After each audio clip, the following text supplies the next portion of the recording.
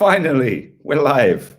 Apologies to everyone who waited, man. Seriously, like, honestly, this platform at sometimes, like, it is mad. I can't lie. The amount of times this does this as well. I need to file a complaint and get my monies back because I'm paying $50 a month for this, and this happens all too often. Big up to everyone in the chat. Apologies that you waited. Man says 62 dislikes. Bruv, they're bots. Just relax. It's happening everywhere, man. It's happening on everyone's channel at the minute. Every 2 out of 3 streams just gets mad dislikes. We've already disproven the theory that dislikes actually make any difference, because they don't. We did that the other day when we had 1.2 dislikes, 1.2K dislikes on a video. So thank you to everyone who dislikes it. Appreciate it. But I'm still struggling as well, while I've been trying to go live, to find the full transcript. Obviously, I can't share the video, which is 24 minutes long, but I can't find the full transcript. I don't know why, but I can't. So I'm going to go through an account here called justarsenal.com. Big up to whoever runs that account, because they share my videos on that a lot, and I get a lot of traction off of the back of that. So thank you very much. But we're going to go through the main talking points. And this is kind of mad, because he kind of contradicts himself a lot during this interview. He makes some very good points. He makes some stupid points. One of the stupid points being about when he was a right winger, and then Jeff Shreve stuck it on him and said, yo, who did you module your game on then? And he was like, because you don't know anyone, mate, because you don't know football. So you were lying. You might have been a right winger, but you don't know anyone, which is why you couldn't say anyone. And then tall and skinny, so Jeff Shreves went, oh, Peter Crouch. Oh, yes, I was a Peter Crouch. Yeah, like, come on, seriously. It's actually mad. Big up to Jez. Big up to all the real ones in the building. Real ones everywhere. Big up for everybody watching, man. Make sure you pummel the likes as well. Big up to Eric. Big up to you and the wifey, bruv. I'm good, man. I'm very good. It's a little bit chilly tonight, man. That's the only downside to Spain, is that everywhere's marble floors. So as soon as it drops below 25 degrees, it's kind of chilly. I actually activated the heating earlier. The aircon also is heating. So yeah, I put the heating on 30 degrees earlier for 30 minutes just to warm the calf up a bit. But yeah, it's kind of mad. Big up to Victor as well. Be excited. Be excited, everybody. Is everyone excited? I don't know. Listen, and thank you for both of them. Big up to Dyer as well. Come on, real one. I'm not Josh and Stan Kroenke's biggest hater, because I look at it outside the box as well. So anyone who's new to this channel or hasn't seen me stream about Josh or Stan, prick your ears up, get your popcorn ready, because I don't necessarily blame them for everything at this football club. It's very easy to get traction on social media by just going, oh, Kroenke out, everything's their fault, it's their fault. Yeah, let's take it right back. We moved to this stadium before they even had a share at the club, right? So we kind of knew what we was doing as a football club before we moved here, which is why I don't necessarily get onto them, right? And hear me out. We knew that the globalization of football was going to be a thing. We knew that the Super League was going to be a thing. That's been 20 odd years in the making. We knew that the sponsorship deals were going to be a big thing. And we knew that moving to the Emirates was going to make mad money because of the amount of executive boxes. The executive boxes you can't buy for one season, I don't believe. I think it's on a 3-year deal. You have to pay 3 years or sign a contract for 3 years for an executive box. So it's not like a season ticket where you renew it every year. You have to contractually sign up to 3 years on an executive box. And I know how expensive they are. And they are mad money. We're talking like, for 3 years, we're probably touching like 180 grand, 200 grand. Depends how big a box, how many people you want in it, whether you want food, whether you want drink included. You're probably touching 200 grand for 3 years. There's fucking hundreds of these executive boxes at Arsenal. We also knew that they would raise the ticket prices by moving stadium. We also knew that the shirt sales were going to go up because of the globalization of football at that particular point. We also knew that the sponsorship money was going to go through the roof because BT Sport started coming along. So this is why I don't just necessarily, I do blame them, but I don't just necessarily blame them, right? So hopefully Josh Kroenke is watching this, because in the interview, he claims that he scrolls through Twitter. Obviously, I'm banned on Twitter now. Maybe he's watched my tweets. I don't know. Maybe he's watched your tweets. Who knows? Who knows what his Twitter account is? It's probably Arteta sexual #1 or something. I don't know. But this is where I do blame them, because Arsene Wenger's come out and done an interview where he said that, oh, yeah, I stayed too long and this and that. I didn't even bother reading it. I just see the headline and me and Kenny were talking about it, and I was like, F him, whatever. Yeah, 11 million reasons a year to stay, mate. You then signed a new contract under their reign. So you can bang on about them as much as you want, Arsene, yeah? Right? The fact and reality is you kind of lowered the standards. You had great high standards when you came in, but then you lowered them by telling the whole world that fourth is bigger than the FA Cup. So 2 generations of Arsenal fans since, pretty much, now believe top 4 is the biggest thing ever. It's not about winning the title. Our fans are sitting there saying, oh, well, we're only so-and-so points off a top 4. Oh, but if we do this and this team slips up, we're top 4. How about go and win a league? Yeah, because that's what Arsene Wenger used to do. He used to try and win the league. Then you got the fans that say, yeah, but we were only competing with Man United. And Man United at that point were the biggest club in world football. And we were competing with that to the point where if we beat them at Old Trafford or they beat us at Highbury, title done. If we beat them at Old Trafford, we'd win the league. If they beat us at Highbury, they'd win the league. That was how big a game that was. Then Chelsea come along with Abramovich. Then later down the road, a few years later, Man City come along. People now sit there and say, yeah, but we can't compete with these teams. We can't do this. We can't do that. Well, Arsene Wenger has done that because he was saying we can't compete. We can't do this. We can't do that. Whilst Arsene Wenger was the highest paid manager in world football. Well, no one's available. We only signed Petr Cech. Well, if you'd gone and signed a midfielder and a striker, or just a striker, it wouldn't have been Lester Ranieri, the miracle, the 1 in a billion. It would have been Arsene Wenger's done another fucking title. Yeah, and this is why I get the ump with it, because fans sit there and cuss people like me and Kenny and Jez for having this opinion of we should be competing for the major honours, the top honours. FA Cups are sound. Don't get it twisted. I'm not dissing the FA Cup. I love the FA Cup, right? And Wenger won 7 of them. Well done. Yeah, that guy's gave me some great memories in my life, some great footballers. Like some of the best memories supporting this football club have come under Arsene Wenger, right? But for all the good that that guy done, this right now is his legacy, because he's created fans that sit there banging on about top 4. Who gives a shit? Yeah, 4th is 3rd loser that qualifies you for a Champions League.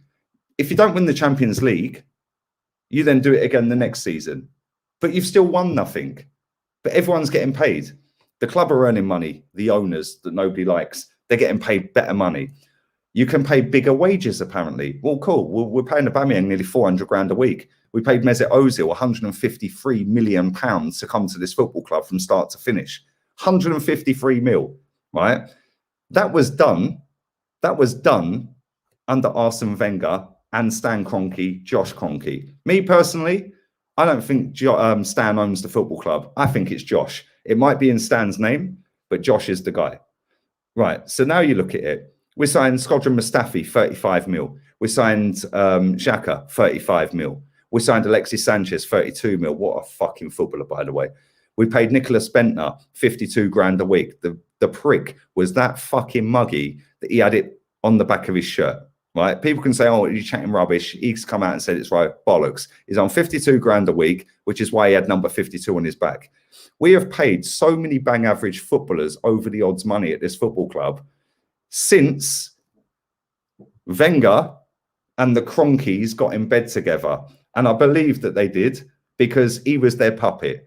He had a lot of more control than people believe he had. And he was a shield for them. He'd take a lot of flack.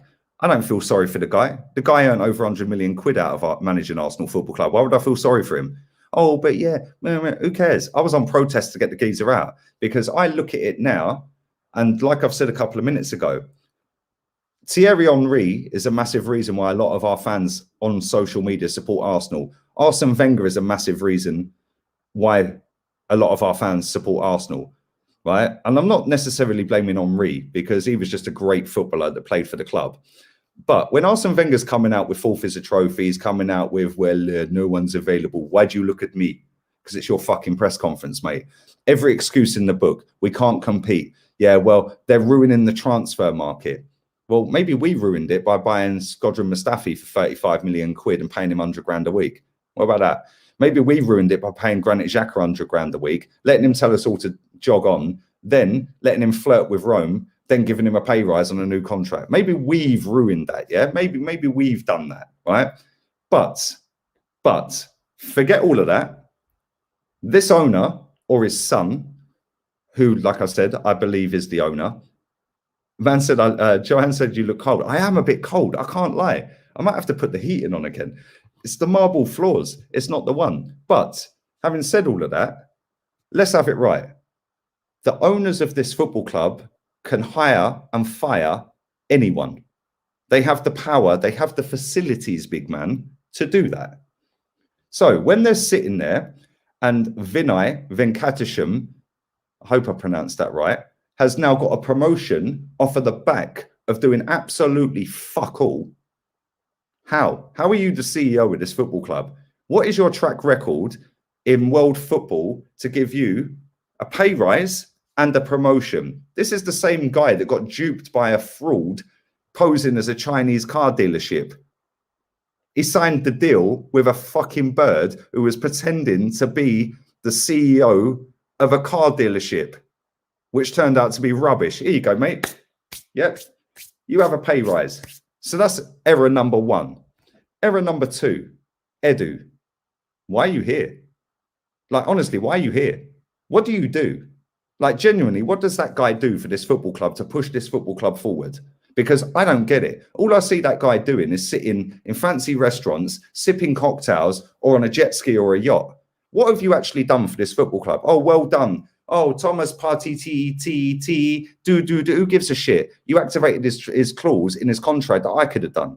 You could have done it. Everyone in the chat could have done it. Everyone watching us on playback could have done it. Hello, Atleti. Yeah, we're going to activate the clause. Bosh, we'll wire the money to the Spanish league and get him on the next flight. We've already organised it. They're picking him up from Madrid airport at 4 o'clock in the afternoon. Adios, amigos. Yeah, it ain't difficult. Like, genuinely, what does that guy do?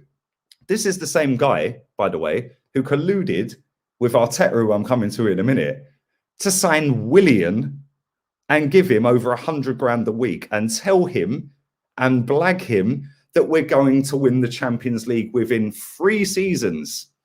Okay, cool. Well, guess what? If we don't qualify for it this season, then they failed, which is why they knew what they were doing this summer, and they knew what they were doing by hiring Mikel Arteta, because now it's, okay, well, shit. Unai Emery didn't really want him, didn't quite get his Champions League, he bottled it. Oh, he got spanked in the final, lost to Frankfurt. Okay, not really playing great. They're breaking unwanted records at the minute. Okay, well, we'll go and get the guy we actually wanted. But they didn't hire him at the time, Arteta, because coming in after Arsene Wenger was always going to be hard work. Look at Moyes after Sir Fergie, yeah, Sir Alex Ferguson, right? Anyone who comes in, same with, what's his name, who's just signed, Eddie Howe, who's just signed for Newcastle. The first guy in the new regime is always up against it.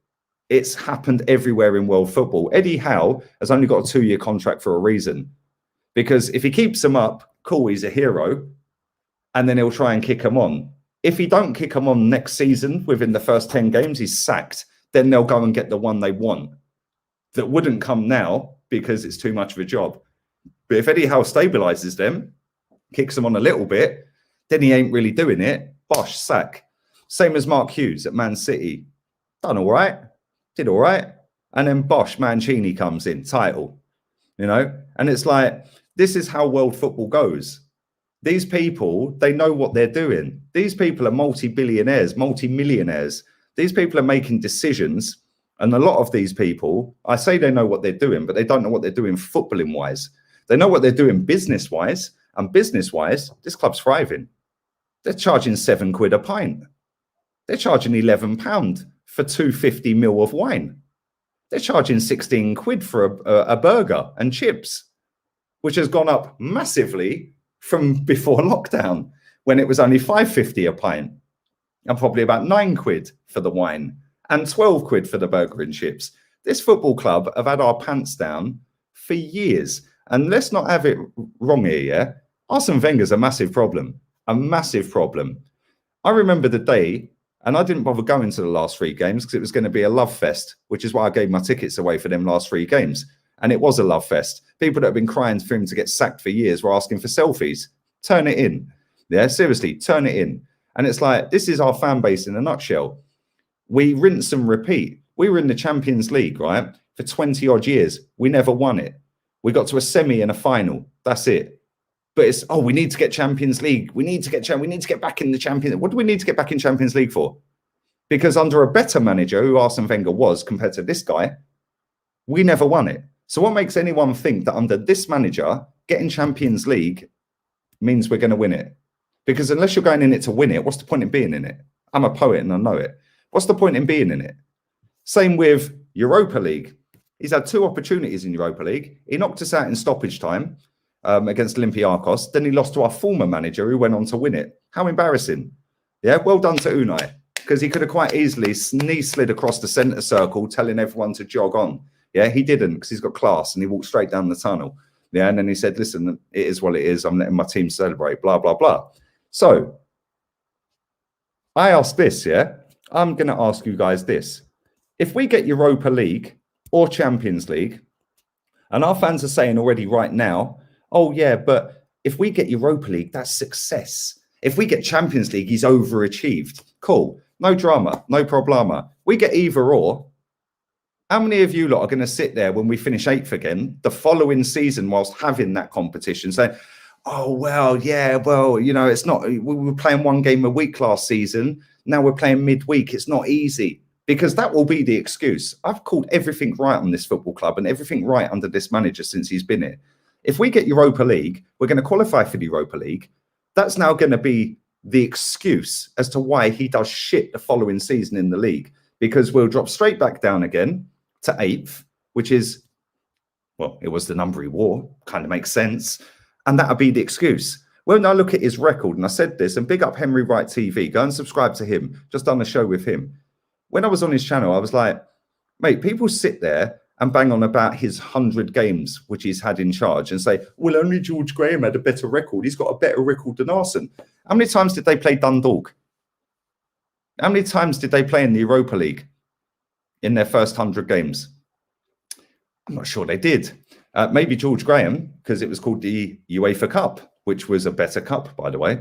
But if you actually take out all of them stat padding games, and they are stat padding games in that group stage against dead crap teams, have a look at his Premier League record, which is where the bread and butter is. That's why we smashed the stadium down, to go and win the Premier League, by the way. Yeah, not stat pad against Dundalk, yeah, or Lille or fucking Rennes or wherever the fuck else we've played.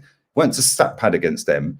Yeah, it was to go and win Premier League titles and to go and win Champions League titles. That's what they told us. We now know that's a lie. And it is a lie because they knew what they were fucking doing before the Kroenkes turned up. But anyway, what do I know? I'm negative. I'm a hater. I've got an agenda. Yeah, my agenda is to hold this club accountable for the fucking bullshit they've spun for nearly 20 years and to actually go and do what's required. So after the back of signing Willian and pretending there's a process, it's actually a PRO-cess because it's all PR, PR, PR. These people that lap this crap up every season are the perfect customer because they're only playing up to the crowd. They're only playing up to their customer. They would not start dropping merch left, right, and centre if you lot weren't buying it. I brought the away kit this season, the last item I'm ever buying from that football club until Edu and Arteta are sacked and we actually get serious. Yeah, until then, I'm not spending a penny on this football club. I refuse to spend a penny. People say to me, oh, what about Sky Sports? No, I have fucking DAZN, mate. I can watch every fucking game. Every game. Every single Premier League game is on DAZN. And if it ain't, I've got Amazon Prime anyway. Happy days. I get every 3 o'clock kickoff. I'm not being tucked up, yeah, to watch football. I ain't doing it because this club have taken our pants down and spanked us for years and years and years. Yeah, constantly raising prices. We're the highest season ticket price in the world. Highest season ticket price in the world. We have spent, and this is where I also don't bash the Kroenkes before I start bashing them in a second. We have spent more money since Arsene Wenger got sacked, which he did. He got told, piss off or you're getting sacked. So he pissed off. He didn't want to. He nearly cried in his fucking interview and he started getting salty with reporters. But we have spent £434 million since we got rid of him. Name another team in the world that spent that in that time. Name another one. You can't.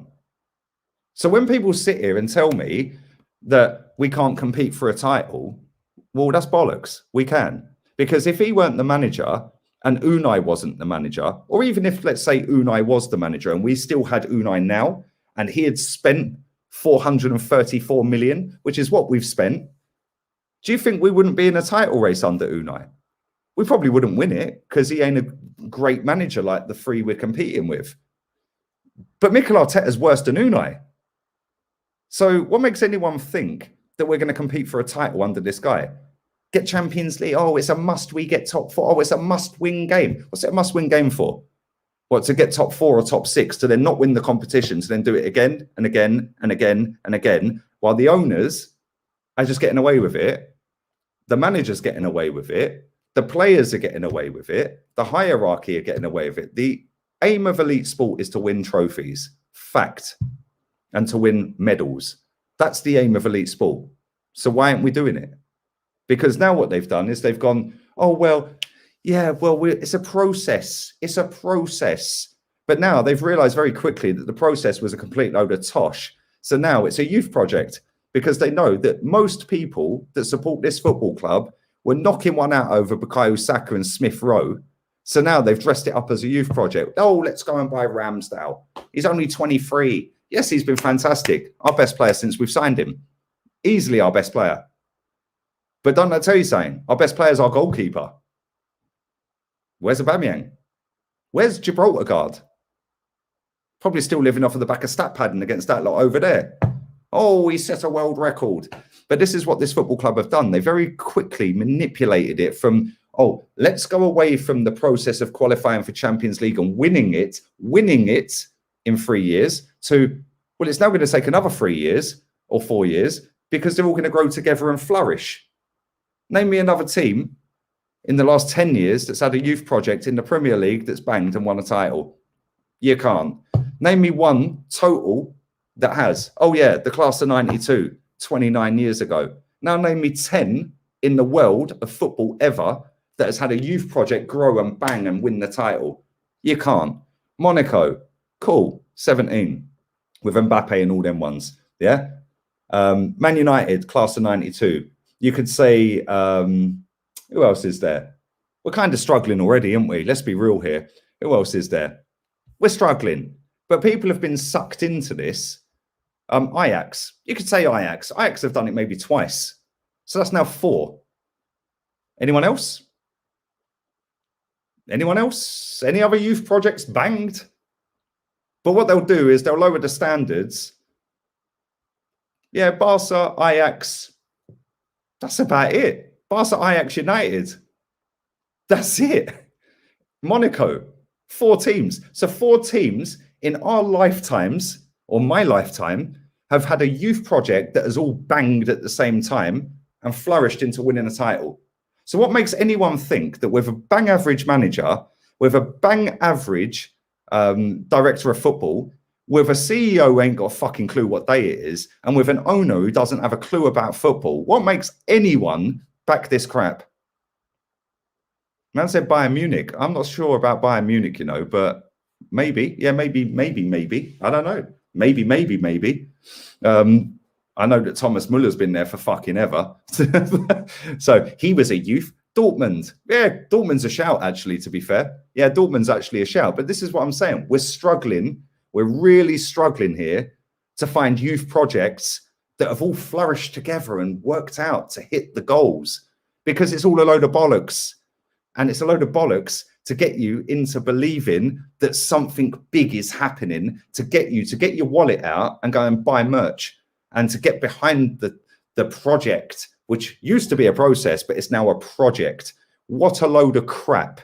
Absolute load of crap. This ain't ever gonna bang. The goalkeeper might turn out to be amazing, but I see Leno be amazing for 20 games, because his first 20 games or whatever it was, he never lost. I see Mustafi go 26 unbeaten when he signed for Arsenal.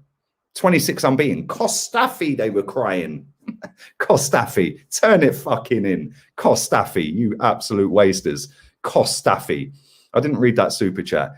I will get onto this interview in a minute, but I'm obviously on a waffling one. Such a boring game. Switched off at half time to watch MasterChef and cook some awesome meat for my girlfriend. Had a hell of a night. I'm sure she had the meat afterwards, bruv. Yeah, come on, chin chin. Big up my boy. Man's getting laid. Man's getting paid. Big up to you, real one. But no, honestly, how many youth projects have actually banged? When you actually deep it, right, and really deep it, go and have a look at Chelsea, right? Chelsea, people go, oh, but they spend money. We've spent more than them in the last 6 seasons, right? But because they go and sign £100 million player, 100 million euros or whatever it was on Lukaku. Oh, we can't do that. Oh, we can do that. But you know what? They had a better 10-year plan from when we had the 10-year plan at the Emirates. They had a better 10-year plan, because whilst they were spending a few quid, which they were, they hired a proper manager. We stuck with Wenger. They sorted out their backroom staff, because they went and nicked Peter Kenyon off Man United, who was the best in the business at the time. Peter Kenyon was the best in the business, connections everywhere. That guy was connected. He had every connection in the world.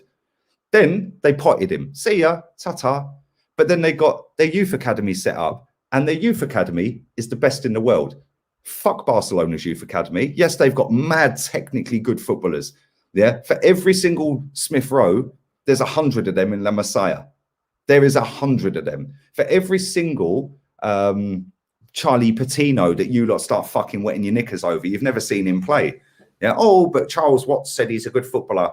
He's got a blue tick and 200,000. Oh, he's got a YouTube channel too. Oh, yes, he goes to the games as a journalist for Goal. Yes. Oh, Charlie Patino, shut the fuck up. Seriously, shut up. Yeah. For every single one of these kids that you lot are hyping up, the Smith Rowes, the Sakas, the Patinos, Miguel Aziz, oh, his thighs. Look at his thighs. You perverts. The kid's 18. Leave him alone, you pervs. For every single one of them, Chelsea have got 10 or 20 or 30. For every single one of them, Barcelona have got 10 or 20 or 30. So let's not pretend that this youth academy, fail end, because that's what it is fail end. Let's not pretend that this is going to be the future of Arsenal Football Club, because it ain't. And the reason it ain't is because it's got no evidence over the last decade or 2 decades or 3 decades to suggest that this is any fucking good. Whereas if you look at Chelsea and Barcelona, then it has. Even Ajax, you could throw into the mix. Even Southampton, you could throw into the mix. How many footballers have come out of Southampton and had great careers? Now name how many have come out of Arsenal's academy and had great careers. How many Arsenal fail-end graduates have come into Arsenal first team and had a sustained period of success and great fucking career? Ashley Cole. You could maybe say Wilshere, but the guy was made of glass. Unbelievable footballer, made of glass. You could potentially, and it is only potentially, say Alex Iwobi. Won a couple of trophies. Got a big move. You could maybe say the same about Willock. I don't know, but we're kind of struggling here. So when people want to go about Project Youth, shut the fuck up, man. Yeah, this club are finessing every single one of you. Every single one of you are being finessed by this football club. The standards are on the floor. The standards are, oh, well, if we get top 6. I see people yesterday, a lot of people yesterday. I see loads of people yesterday. Oh, it's not easy to go invincible, is it, Liverpool? Is yours gold? Would you celebrate your 18th birthday 17 years later? You wouldn't, would you? So why the fuck are you banging on about a title that we all celebrated 18 years ago, 17 years ago? Why would you celebrate it again?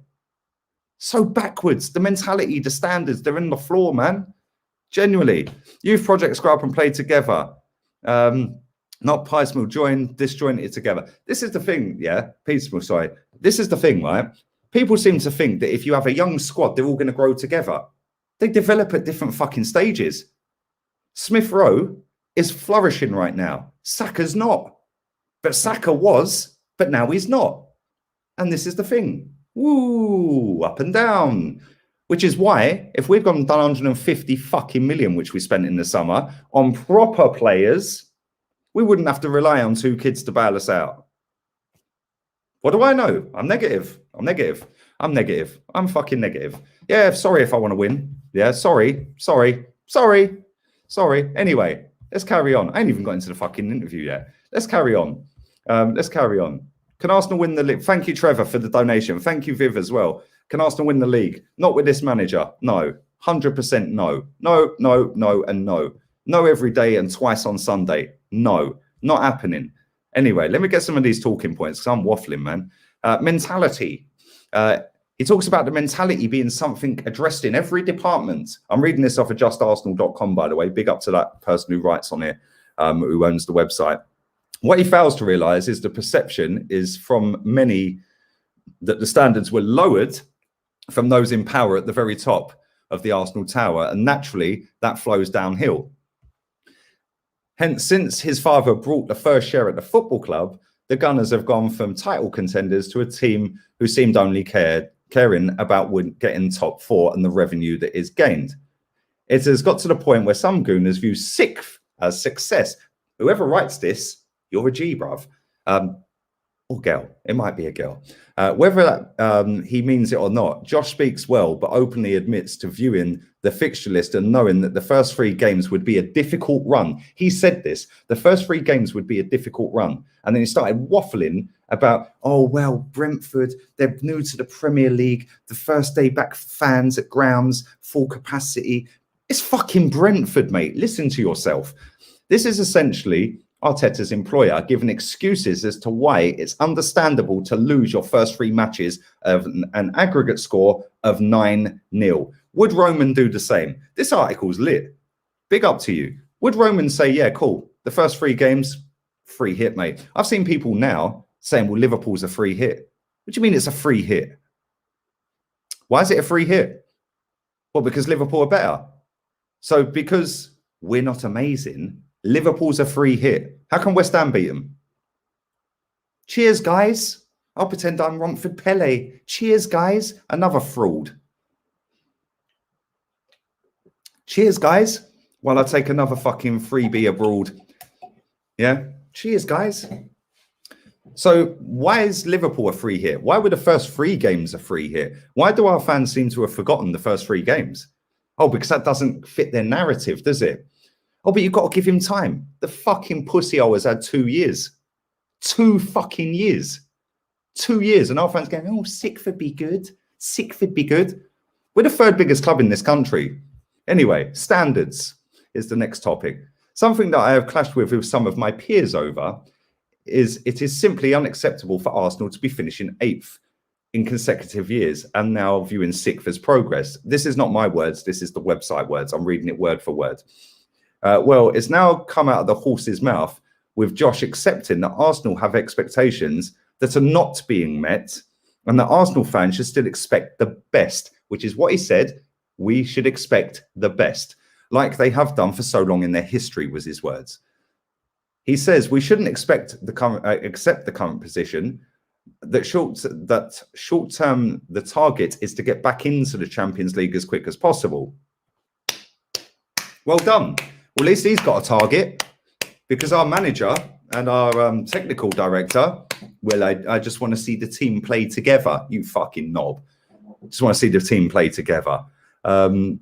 But it then says, get back into the Champions League as quick as possible, which would make it easier to lift the title. So those are his words, not mine. Plan. Having listened to the interview and the one with Mertesacker a month ago, again, website's words, not mine, I do believe that Arsenal as a club have an action plan and haven't had that for years. Whether that plan works, no one knows. But it does seem that the Kroenke family have been pressured into at least formulating a long-term vision. Josh accepts Arsenal were forced to do that once they stopped competing for a place in top 4. He said it forced every department to look at themselves in the mirror.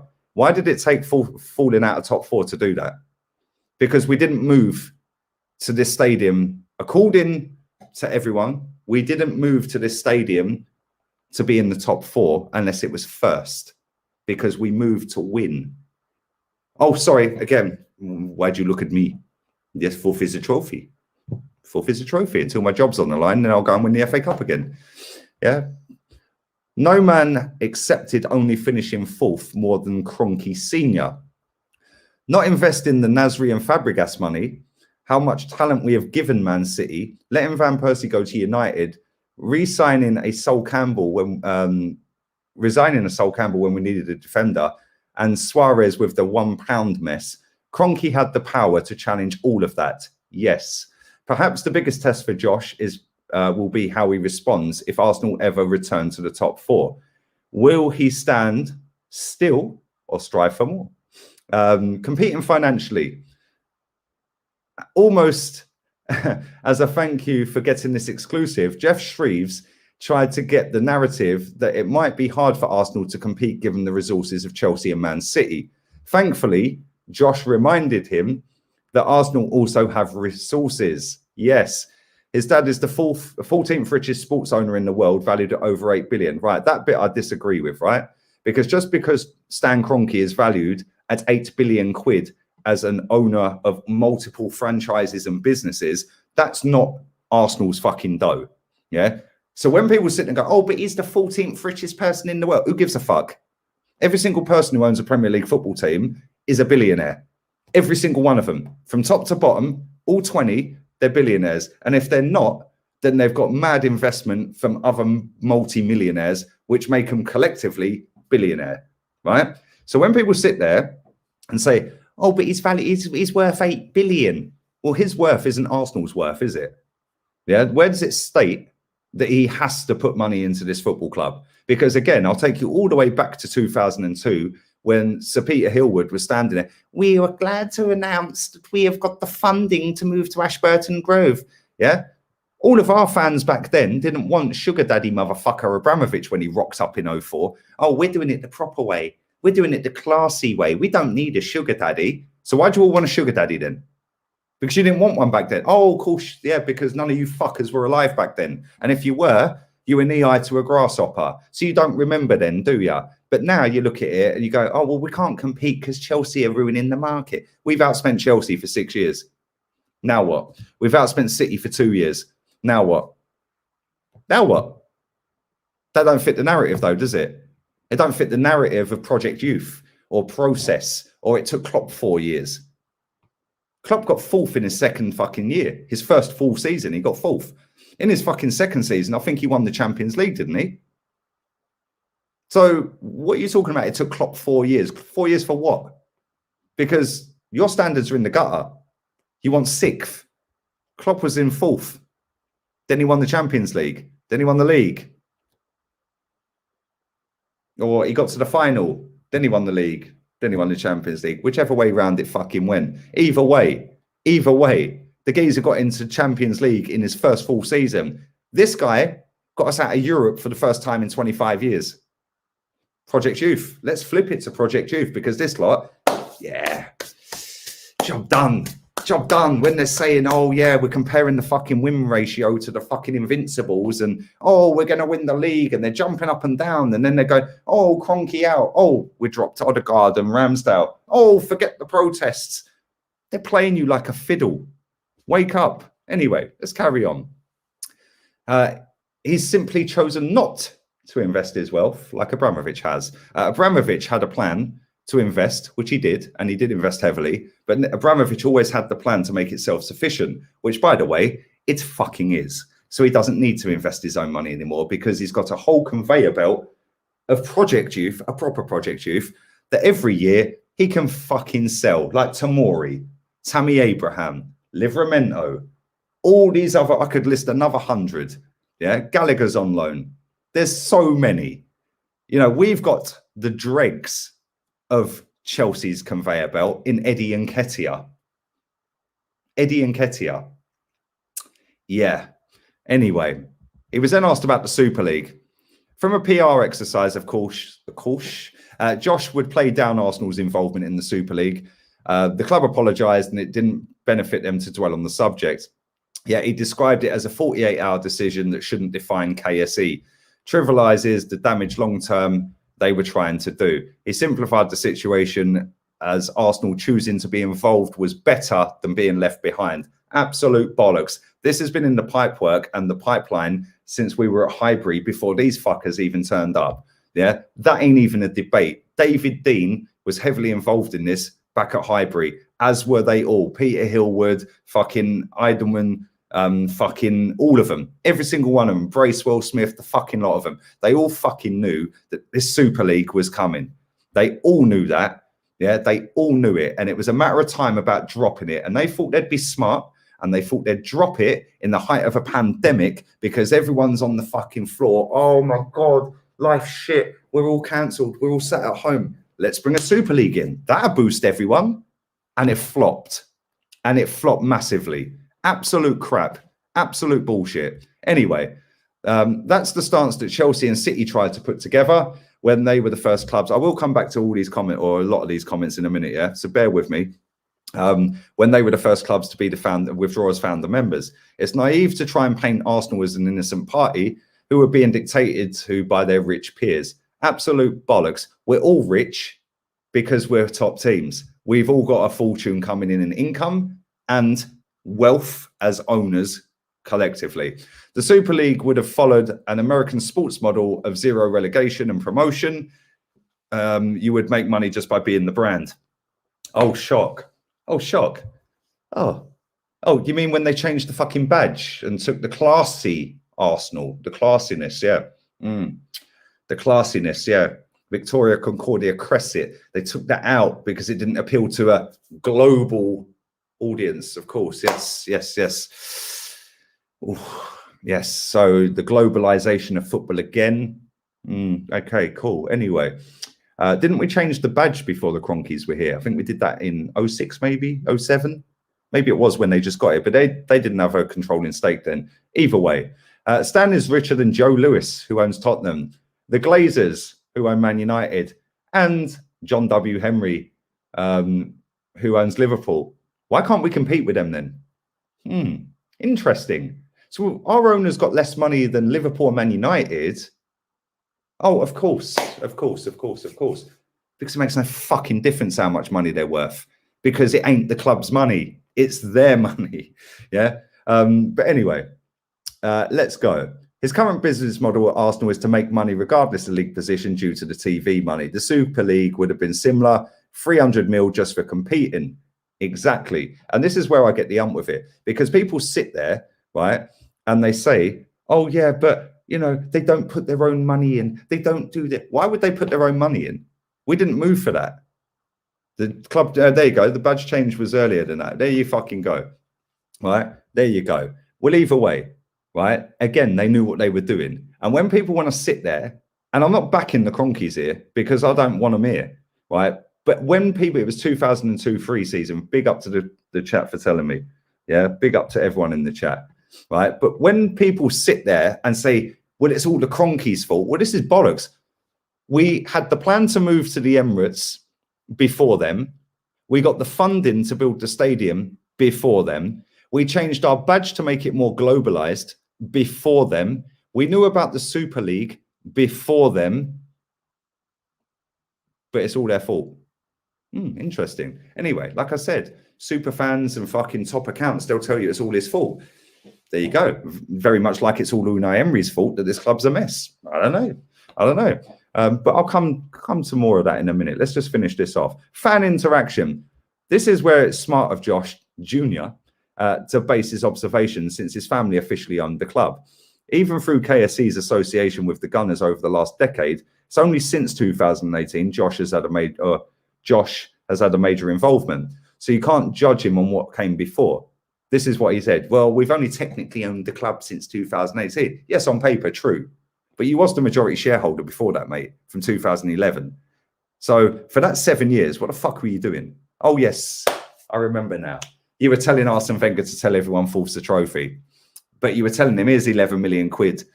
Fucking shut up, mate. Yeah, go and do it. Yeah, and he went, oh, well, okay. Why'd you look at me? Anyway, this could be the truth or a genius damage limitation. Under Josh's watch, he's having more dialogue with the fans than his dad has ever done. He's refinanced the stadium debt, improved the training ground, and spent the most money during a worldwide pandemic. Again, fact, and fact. They have done that. Again, another reason why they're not the sole fucking issue. Anyway, in interviews like this, it can be lip service. Credit to Josh for when asked, insisting Arsenal would never try and break away without consulting their fans. He was then asked about Tracy Crouch's review. I don't know who this Tracy Crouch woman is. I can't lie, but it's, I'm going to read it. It was more diplomatic towards the idea of fans being represented on the board. I think she's lobbying to get fans on the board. I'm not quite sure what she does or how she does it. I don't know. I'm being ignorant with that. I ain't checked. She's fan-led review is expected to share the view that that's what fans want, something the Arsenal Supporters Trust have always wanted. Let me tell you something about the Arsenal Supporters Trust. They're a bunch of pompous cunts. Yeah, every single one of them. Yeah, all of the people in position of power of that trust, wankers, pompous, pretentious pricks. They ain't got the best interests of you, me, or anyone else watching this. They're all about themselves and getting, yes, somebody captured the moment of me. Oh, I was laughing with Arsene. You fucking drip. You got somebody to take a fucking picture of you doing it. Yeah, don't think I don't know you, Akil, yeah? You fucking mug. Yeah, same with that fucking idiot, Tim Payton. Yeah, Chris Hudson was right about him. He should have resigned for chatting bollocks all summer about 5 summers ago. Absolute wet wipes, a lot of them. Do not listen to any of these people because they ain't interested in any of us. They're interested in getting in front. Oh, look at me. It's a photo opportunity. Oh, yes, look, I'm with Josh. Oh, yeah, fuck off, you absolute wasters, which is why they fucking block me. Yeah, because I tell it as it is. They ain't got 2 fucking Scoobies about anything other than let me get in there and make it look like I'm a top fan. Yeah, you're no better than anyone. In fact, if anything, you're fucking worse because you get in there and then you don't stick it on them. You sit there and go, oh, yes, I've got my champagne and my prawn sandwiches. Yeah. Oh, yes. Oh, somebody captured the fucking div. Somebody captured the moment, you prick. He was then asked about Daniel Ek. He said that it's not for sale. We're only just at the beginning. He said we get loads of offers for Arsenal every year. Really? Well, that comes, we've never heard of them. Who is Arsenal? Was the next thing. Both parties are aware of an interview that your audience will not fall for the buzzwords and propaganda. Absolute bollocks, because the majority of our fans will fall for the buzzwords and propaganda because they have done for the last 2 years since Mikel Arteta has been here. Josh said it lightly that Arsenal have to have a reach that others in the KSE portfolio don't have. He's a huge basketball fan, but accepts that the Denver Nuggets don't have the worldwide viewership or social media numbers the Gunners have. No shit, Sherlock. Football's the biggest sport on the fucking planet, mate. But you'd know that because apparently you played football and you own our club. I don't know. Nor did the Rams, really. So they're in a country that's 52 times bigger than the UK, where Arsenal were fucking probably more than that. Maybe they would have got 52 states. So each state's like fucking UK. So they're probably 100 times bigger as a country, but none of his businesses are bigger than Arsenal. Wonder why. Yeah, wonder why. He said it's often been said that Stan would prioritize his American teams being an American sports fan. Josh, on the other hand, sees this as his baby. Well, how about see it as a fucking toddler, mate, that's going into teenage years and actually fucking start winning? Get rid of this manager. Yeah, get rid of this manager. Get rid of the fucking idiot you've got in front of him telling everyone that Willian is a great signing. Willian. Cool. I didn't want Willian. When he came, I was like, cool, I'll take that. He was all right at Chelsea. Yeah. Hands up. I got that fucking wrong. I got that big time wrong. Overall, this interview was a complete load of bollocks. He says that he wants to speak to fans, right? Cool. Well, come on here then. Come on here then, mate. Because I'll ask you questions about this football club, and I'm sure my chat room will. Come on here. And I know the football club watch this because you watch every fucking YouTube channel that gets views. Every channel. Because you've got a social media team that do it. So somebody out there at Arsenal Football Club is going to see this video. So if they do, you tell Josh Kroenke I want him to come on here with me, Kenny and Jez. And then what I'll do is I'll put the link in the chat and I'll get one person on at a time to come and ask you a question. And we'll do that for 2 hours then, yeah? Because if you want to interact with fans, stop sitting with them poncy little pricks that are more interested in, oh, they captured the moment of me and Arsene. Oh, shit, I might go and fucking take my fucking pink bulldog out for a walk later and smear fucking peanut butter on my ass and get it to lick it off. You fucking poncy pricks. Get them on here with the proper fucking fans, mate. Yeah, with the proper real ones that say it as it is and ain't going to dress it up because it's Josh Kroenke. Yeah, so anyone at the football club that's watching this, you tell that geezer, come on here with me, Kenny and Jez, yeah, with over 100 years of fucking supporting this club between the three of us. And then I'll put the link in the chat for the global fan base that you keep fucking banging on about. Yeah, oh, we're a massive club. Yeah, cool. Well, I'll put the link in the chat and they can come on and tell you what they think, mate. Yeah, no dressing it up, but you won't know, will you? Because it's fucking bullshit. Yeah, it's bullshit. Some of the things he said were sweet. Yeah, they have officially only owned the club since 2018. Since then, no one's outspent us. Yeah, well done. Well done. Why weren't you fucking doing that before? Because you were the majority shareholder. Number two, why didn't you sack Wenger? Why didn't you sack him until way late? Why? Why did you hire Unai Emery to only sack him for finishing fifth, 2 points off third, and getting pumped in the Europa League final? But now it's a process. Oh, we have to start again. So why is Mikel Arteta the guy to start again when he's got no managerial experience? The one and only game he's ever managed for Man City was when Pep's mother died, RIP to her, right? And he lost. He lost. But because he shined Pep's head, and that head probably, yeah, and put cones out for him, that's now the guy. Interesting. Or maybe it's because you've all colluded together to lower the fucking standards of my football club, to make it sound like you know what you're doing and dress it up as a big thing. Oh, it's a process. Non-negotiable. I'll tell you what's non-negotiable, you fucks. Yeah, I'll tell you what's exactly non-negotiable. Non-negotiable is finishing 8th and fucking 8th when you smashed our stadium down. That's what's non-negotiable. And then you've got the audacity, you pussies, yeah? You've got the audacity to then go, oh, well, it's not a process anymore. It's now a youth fucking project. So we'll lower it even more and make them wait another 3 years. You motherfuckers, I've been waiting for 17 and a half years for you to act on what you smashed that stadium down for. Yeah? How about do what you told us we're going to do? Yeah? Do what you told us we're going to do. Because although I don't blame them for that, they're a massive part of that because they've continued the fucking lie. They've continued the facade. They've continued with bullshit. They've continued to fucking finesse the fans. They've continued to fucking pay that fucking manager, Wenger, for years and years and years. Oh, well, top four.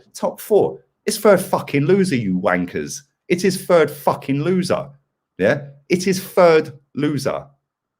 The aim of elite sport, as you would fucking surely know, seeing as your family fucking own how many fucking sports franchises? The aim of elite sport is to fucking win, not finish third loser.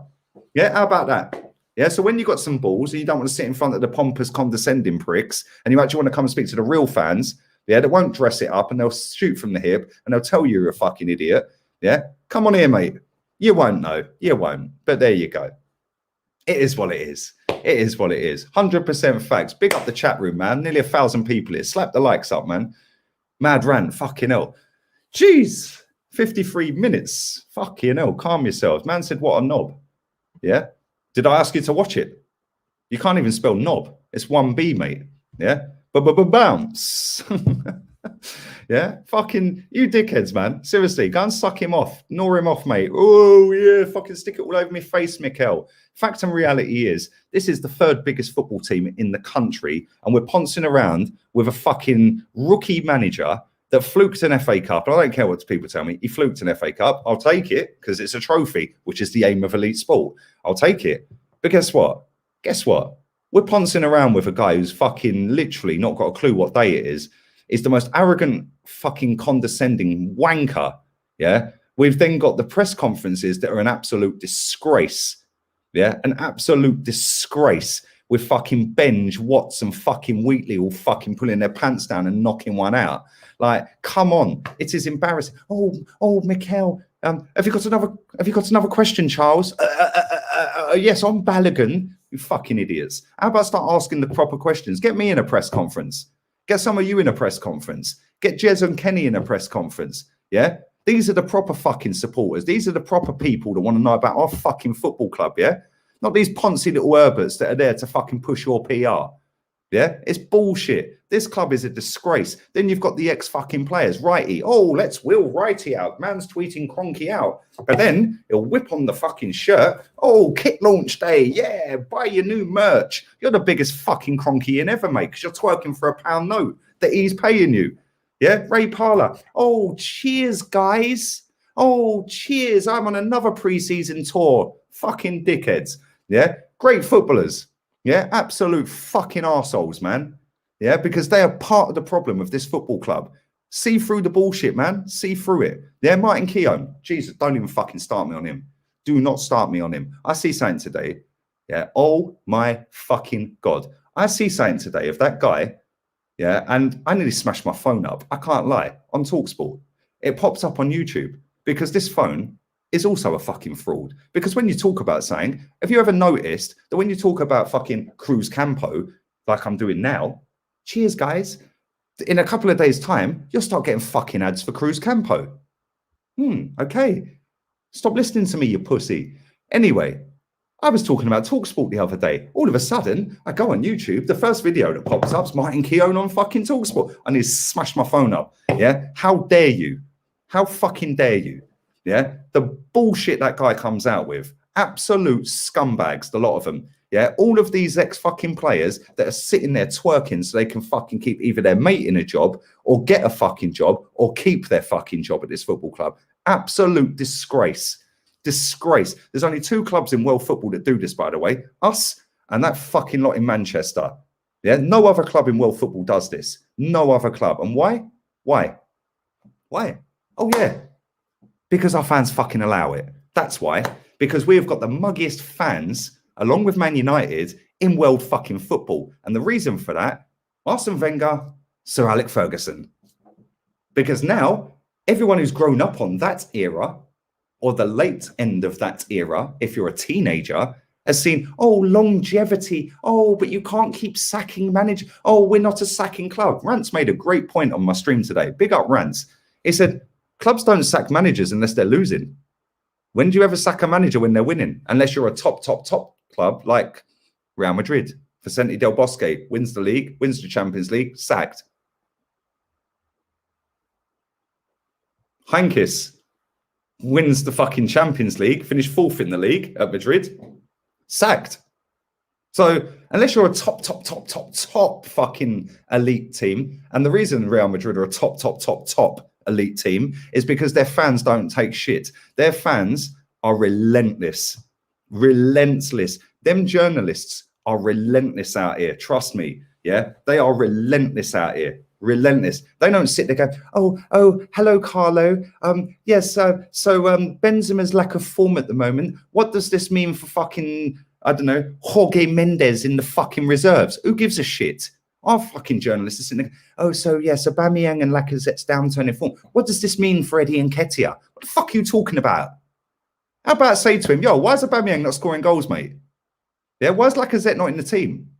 How come you ain't playing them together? Because under Unai Emery, they had 71 goal contributions that season. But you, for some reason, can't get any goals, but you're not playing them together. But instead, oh, no, because we work for Goal, and we work for Football London, who are the fucking worst, by the way, and we work for CBS, and we work for this company and that company, but indirectly, we've buddied up with the club so we can get an exclusive, like Watts did with Thomas Partey. He knew before anyone. Even fucking Fabrizio fucking got it wrong. But Watts knew because he is the fucking kiss ass. He is the teacher's pet. He is the guy that's going to go, oh, yes, I'll keep my powder dry, Mikel. I'll just move on. Have you got another question, Mikkel? How about shut the fuck up, mate?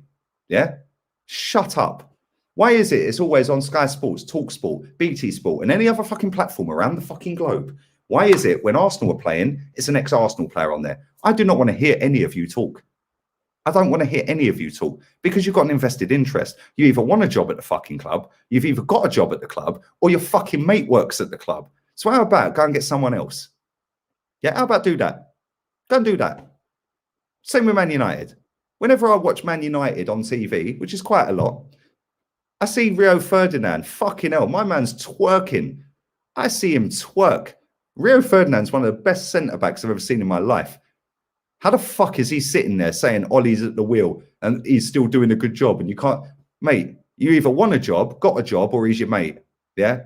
Don't listen to these people. Do not listen to these people.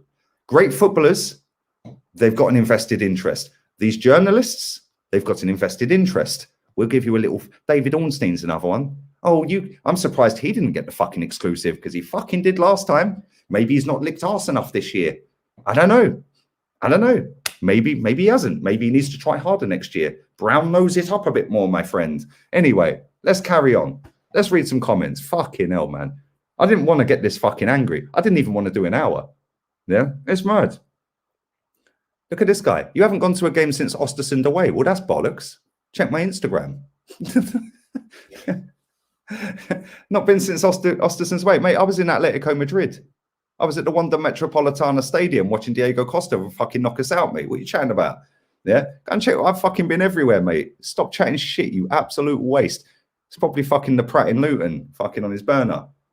That's if he's still alive. Who knows? MIA settings, baby. Anyway, let's carry on. Neville and Ferdinand. Neville, do not start me on Neville. I'll probably get the channel cancelled. There, can't stand him. Can't stand him. Why are you so sexy? I'm too sexy for my Cruz Campo. Too sexy for... No, I'm not. You lot are mad.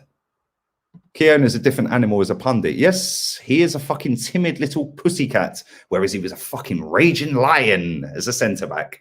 Yeah, chalk and cheese, because he's got an invested interest. I actually think Keown's is he a fucking scout at Arsenal? I think he might be a scout at Arsenal.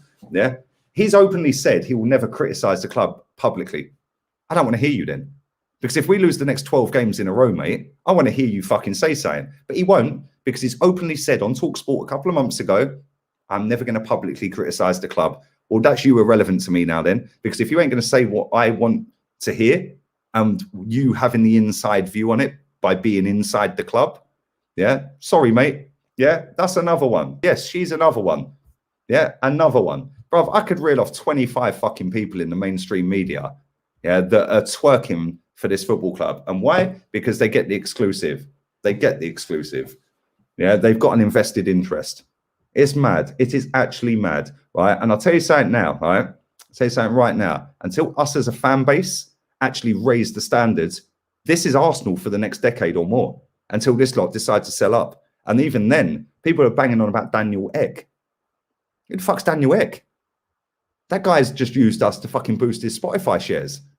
Yeah, let's be real here. Does anyone know that Daniel Ek's got the money to invest in Arsenal properly? No, they don't. But it sounds good though, doesn't it? Because fucking Laura Woods told you on TalkSport, and Charles Watts has told you, and Benj, and fucking Superfans, and fucking Sky Sports, and BT Sport, and all the top accounts with their hundreds of thousands of followers that know fuck all about football on all platforms. They've all told you it's all great.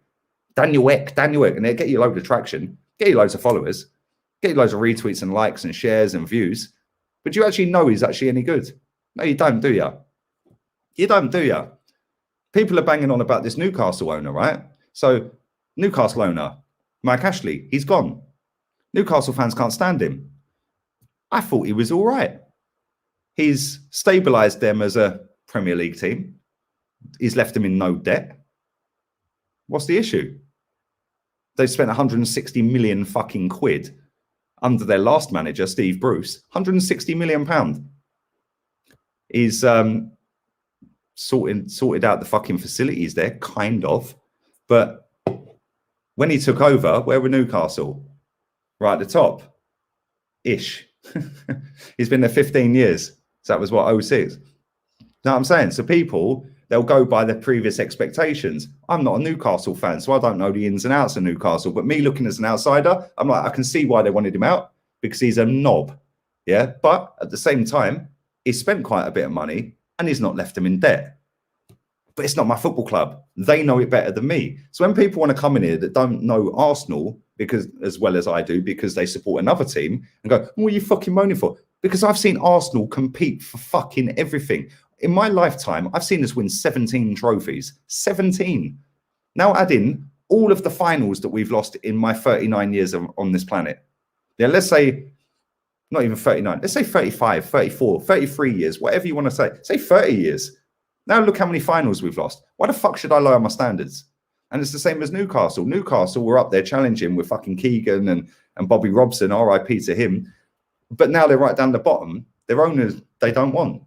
The owner, for me, is not the massive issue here, but he is a fucking big issue, right? And when you collectively add it all up with the big accounts that chat shit, why is it every big account on every social media is pro Arteta? Why are they never Arteta out? Why are they always manager in? I don't really do that. Like, I don't really get it. Like, why are you manager in? Why? Until it's fashionable to be manager out. Why is everyone manager in with these big accounts? We lost nearly every game in December last year. I think we did lose every game in December. So why were they not all Arteta out? Oh, I can see what he's doing. No, you can't. It's because it's still fashionable, you dicks. Yeah. Why was every journalist peddling, oh, but he's changing the culture? Why was every fucking media outlet out there, Sky Sports, BT Sport, Talk Sport, oh, but he needs to change the culture of the club? When they use words like culture, structure, non-negotiable, process, how many times do you use them in your daily life? It is fucking PR. Wake up. Wake up. But there we go. Man said Souness is a dinosaur. Souness has been spot on about Arsenal for a decade, mate. Paul Merson, another one, spot on about this football club for a decade. Souness is the only one I listen to. He speaks facts about this club. He don't speak facts about other clubs, but he speaks facts about this club. Yeah, people don't like Adrian Durham on TalkSport. I don't listen to TalkSport. I haven't listened to it for years. But I'll tell you something now, he had Wenger's number for fucking 10 years before he got sacked. Yeah, everything he said about Arsenal was spot on. Everything. Yeah. Absolutely everything he said about that football club was spot on. But little snowflake Arsenal fans, they don't like the reality because they like to pretend it's everybody else's fault. Yeah, everybody else's fault. The only fucking ex-player that says it as it is currently right now is Manu Petit. Maybe Henry as well. Yeah, maybe Henry as well recently. But other than that, Merson you could say as well. But Merson's kind of, I don't know, he's starting to flip. But Thierry Henry, he's kind of coming on board. And the only one who's kept it real pretty much all the way through it is Manu Petit. And guess why? Because he don't want a fucking job at a football club. He doesn't need to have that exposure because he's Manu Petit. He doesn't need the money. He's obviously invested very well. Some of these other players that are ex-players fuck all as a footballer because of the era they played in. So now they have to toe the line to get the fucking job because they're skint. Or they haven't got enough money to see them through for the rest of their lives. So I get it. Don't fucking mug us off. Yeah? Never mug us off. Yeah? Remember who fucking, without fans, there is no football. Yeah? And you would never have got paid. And you lot have got the audacity to sit there and chat shit and chat absolute shit about this football club when you got the fucking inside links and you know it's shit because they're going to give you a few quid. Fucking sellouts. Absolute sellouts. Yes, everyone unfollow him. He's a clown. Absolute clown. Anyway, let's carry on. I'm going to do a couple more minutes and then I'm getting out of here. This stream's been lit, by the way. I can't lie. It's probably been demonetized. Who gives a shit? Make sure you smash the likes up. There's 410 likes. There's over 1,000 people watching. Keep pumping the likes. I'm not having it. Absolutely not fucking having it. Yeah, I'm sick of this club acting like it's like fucking some tin pot football club. It's not. It's the third biggest club in England. Yeah, it's the third biggest club in England. And it's like, we're sitting here, oh, well, if we get top six, what do you mean top six? We've spent more than anyone in fucking Europe in the last 4 years. And we're talking about top six. How can West Ham go from relegation to third and in Europe and finish above us for the first time ever? That ain't a process, no? Is that not a process? Oh, yeah. Chelsea's process. Oh, their process isn't linked to an individual's career. The 3 most successful teams in world football in the last 15 years, Chelsea, Real Madrid, and Bayern Munich. And they've all averaged a manager a fucking season. So all you idiots that sit out there, and you are fucking idiots, all you idiots that sit out there say, oh, well, we're not a sacking club. Oh, no, because you all fucking grew up on Wenger chatting shit. Yeah. It's a results-based business, right? We finished 8th twice. He should have been fucking sacked on the spot. Sacked on the spot. Man said, don't go.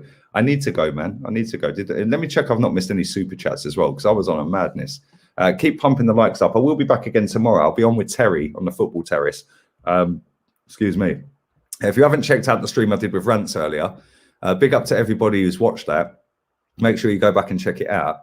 And make sure you go and check out the stream I did on Henry Wright TV. And make sure I've not missed any super chats. Big up to Trevor Keaton for the donation. In fact, let me start from the bottom. Fucking hell. Maybe, hang on. There we go. Right. Big up Gunner. Excited as John. Yeah, I've read that. I've read that. Read that. I think I've pretty much done them all. Why does Stan not do interviews like this, Lee? Mate, I didn't even know what Stan Kroenke's voice sounds like until, again, this iPhone listens. So when I went on YouTube earlier, it came up with a Stan Kroenke interview for the Rams. And I never knew he spoke like that because I've never heard him speak before. So, mad.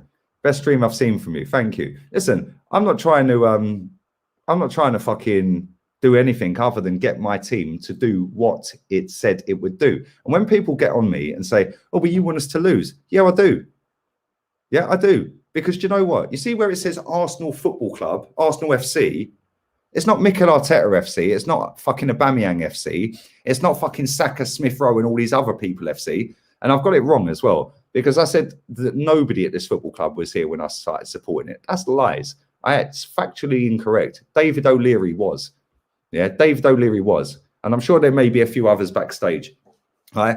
But the owner wasn't here when I supported it. The CEO wasn't here. The football director wasn't here.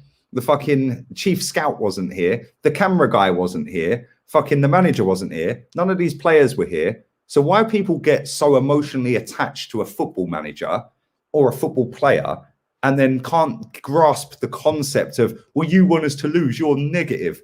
I want us to lose, so we fuck this prick off and go and actually raise the standards to get a proper manager to then fucking elevate my football club to where it's supposed to be, where it said it'd be, and where we smashed that stadium down to be. And if people can't get that, tough, because I ain't changing my stance. I will hold this club accountable until they win a fucking title. I'm not shutting up. I'm not going anywhere. So if you don't like what I'm saying, stop watching me, because I ain't changing my opinion. And I want us to get slapped every game until this geezer gets sacked. Because the only way to get him sacked is to lose. And all these irrelevant fucking wins, which will end up resulting in nothing at the end of the season, to then keep him in a job again, to do exactly the same again, to maybe move 1 place or 2 place higher. The fuck? Come on, stop wasting time, man. Sack him and go and get a proper manager. And if that's got an issue, and you've got an issue with me saying that, tough. I want to win. They're pouncing around in 7th, 8th, 6th, 5th. No. No. I want to win the title. Yeah, or at least fucking compete for a title. And we ain't doing that under this manager. And if anyone thinks when they look at Liverpool, Man City and Chelsea that Arteta can compete with this in a title race, you lot are fucking smoking some off-key weed, man. Seriously. Where's Mr. Behave gone? I don't know. And to be honest with you, bruv, I genuinely couldn't give a fuck. There's a rat in the corner for a reason. They're the best marketing tool ever. Cheers, pal. And big up to you, Connor, my guy, man. So cathartic. Arsenal are like the FDA and fire. Bro, it is fucking mad. And our fans need to raise the standards, because the only 2 things that can happen at a football club for the standards to be raised is for the owners to raise the standards, i.e. an Abramovich, a Sheikh Mansour, the Saudi investment group, etc., or the fans sticking pressure on the owners to raise the standards. Our fans are more interested in, oh, I'm back at my second home. You fucking soft pricks. It's not your second home. Your second home is your workplace. So unless you work at the Emirates, it is not your second home. So stop pretending like you're something special. Oh, I'm back at my second home. You don't work at the stadium, mate. Seriously, grow up, man. And all these people that follow these people that chat absolute bollocks, stop listening to them, man. Yeah, stop it. Start listening to realism. Start listening to fucking, actually, we smashed that down to be this, and we're this. We smashed that down to fucking compete with the best in the world, and West Ham finished above us for the first time ever. First time ever, because of this fucking manager. But it's, oh, well, the players let him down. Why is it, before I wrap this up, why is it when we lose, the players let him down? But when we win, Arteta's fucking a genius, mate. He's a genius, mate. Fucking, if you can't see what Arteta's doing, mate, you can fuck off down the lane. Oh, you can't, because they've got a proper manager who will finish above us this season again. But if we finish above them, oh my God, they'll be fucking windmilling around the fucking streets of London. Fucking embarrassing, man. Yeah. About fucking like, oh, St. Tottenham's Day. You absolute wasters. Yeah. They're not our fucking rival. Chelsea are. Raise your standards. Them fuckers win nothing. Chelsea win the lot. So how about raise your standards and stop seeing that bunch of fucking irrelevant pricks as our fucking rivals? Yeah. No disrespect to Tottenham fans that follow this channel, but it's true. Why do I want to be a rival with a team that are serial losers? I want to be a rival with a team that are fucking serial winners. The reason we smashed the stadium down. So if people can't fucking act that, fuck off, because I ain't changing. This is my football club as well as it is yours. And if people don't like the fact that I want us to lose every week until he's sacked, tough. Because like I've said, the only person that I know of that was at this football club when I started supporting it, that is still here to this fucking day, is David O'Leary, who should have a statue outside the ground, by the way. But how many people know about David O'Leary? Hardly fucking any, because it's only Premier League and Wenger. Yeah, Wenger's killed this football club beyond fucking repair. 2 generations of fucking divs that are now thinking fourth is a trophy. And on that bombshell, I'm wrapping it up, because I could go on forever and ever and ever. But big up to the Cockney Pirlo in the chat. Come on, my guy, man, you must be loving life right now. West Ham are massive everywhere we go. Hey, mate, fucking, I don't know about this Wakanda forever bullshit that you lot do, bruv, but no, honestly, you're smashing it, man. You must be loving life, and the stadium must be rocking, absolutely rocking. No process or projects down at West Ham, no? Just go from 17th to Europa to 3rd. Cool. Good luck to you, man. You've got a proper manager there who's doing bits at the minute. Here's a good poll to conduct. Bruv, I ain't got Twitter. I got suspended. Would you rather win the cup or come 8th and 3rd place and win nothing? Bruv, I've already done that poll, and our muggy fan base said 3rd place. I actually said 4th. But there we go. It is what it is. They'd rather not win it. But then when Mikel Arteta won it and Lampard got 4th, oh, you're in the mud, we won the cup. But if we hadn't won the cup and Lampard had won it and we had got 4th, fuck the cup, we win it every year. We're in fucking Champions League, you tossers. Our fans are the worst fans in global sport. Not just football, global sport. And then they wonder why this fucking ownership take the piss. It's because you allow it. They are fucking serving their customer. And the majority of customer is a fucking idiot. So there we go. Big up to my boy Sports Genius. Big up to everyone who's watched this. Thank you very much, man. I do appreciate it. Big up to Diego, Palace fan. David O'Leary was a bad boy. Mr. Arsenal. Him and Tony Adams, Mr. Arsenal. Yep. But I keep trying to raise the standards, but I just get told I'm negative because this little woke snowflake society don't like winners, mate. It's all about sharing a gold medal and fucking sharing man of the matches. What was that all about the other week? Sharing man of the fucking match. Like, turn it in, yeah? If you ain't first, you're a fucking loser. It's as simple as that. And the aim of elite sport is to win. And on that bombshell, I am finally fucking going. I'm going to enjoy a couple of Sylvesters. These have gone warm, fucking warm. So now I've got to go and get the cold ones out. And I'm going to read that because man's paid for it. Just asking, we are getting results, so why knock Mikel Arteta? He's getting us moving, albeit for now. Just asking to be genuine. Big up to you, Henko Pretorius. I'll tell you exactly why. Because it's all meaningless.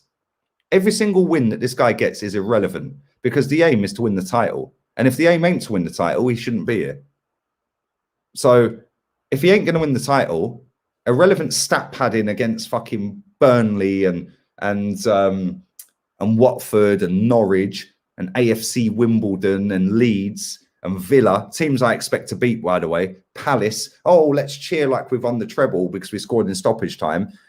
All of this is irrelevant because if it then qualifies us for a European competition, which we then don't win, what was the point? What was the point? Because you didn't win the title, but you qualified for a competition that you could potentially win, but you didn't win that. But then you didn't win the title again, and then you qualified for the same competition, but you didn't win it again. Then you didn't win the title. Rinse and repeat. I've done it for 22 years under Arsene fucking Wenger, mate, in Champions League. Boring, boring, boring, boring. Absolutely boring. The aim of elite sport is to win the fucking trophy. And if you don't win the trophy, you've failed. It's as simple as that. The only teams on the planet that actually get this are Real Madrid, to a lesser degree now, Barcelona, Bayern Munich, Man City, Chelsea, Atletico Madrid, and Liverpool, and Juventus maybe, albeit they're not in great shape at the minute. But again, and PSG and Dortmund, that's about it. They're teams that try, well, not Dortmund, fuck Dortmund. They're just a feeder club to Bayern. There's literally about 8 to 10 teams in world football that actually actively try to win. The rest of them are comfortable because the money in football now, it doesn't make it worthwhile winning because you can get paid 100 grand a week to play for fucking Newcastle as Joel Linton. What's his incentive to be better? He's on 100 grand a week. He couldn't give a toss. At the end of that contract, he could go bollocks to football. I'm retiring. Yeah, football's clapped, it's finished, it's done and dusted. And until fans raise the standards, which they won't, I'm just going through the motions. I'm going. Have a wonderful evening. Big up to all of you that have watched this. Big up to all the real ones in the building. Smash the granny out the likes. I'll be back again tomorrow. Adios, amigos. And buenas noches. Arteta fuera. Kroenke fuera. Edu fuera. Vinay fuera. Get the fuck out. Laters.